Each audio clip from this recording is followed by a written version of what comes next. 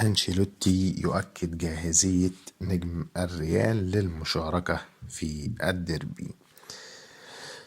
وصل ريال مدريد إلى مستوى عال بعد نجاحه بالفوز بلقب كأس السوبر الإسباني، وسيحول انتباهه الآن لمواجهة الخميس المنتظرة ضد أتلتيكو مدريد في مباراة دور ال16 بكأس الملك. وتبدو استعدادات ريال مدريد المباراة مثالية للغاية، ورغم أن رودريجو لم يتدرب مع المجموعة يوم الأربعاء وسط شكوك تتعلق بلياقته، فإن المدرب كارلو أنشيلوتي أكد بأنه سيكون جاهزا. وفي حديث لوسائل الإعلام قبل ديربي مدريد، قال كارلو عن اللاعب البالغ من العمر 23 عاما: كنت بحاجة ليوم من التدريبات المنخفضة، وغدا سيكون الأمر على ما يرام. لوكاس فاسكيز سيعود يوم الجمعة، أما رودريجو سوف يكون متاحا للعب.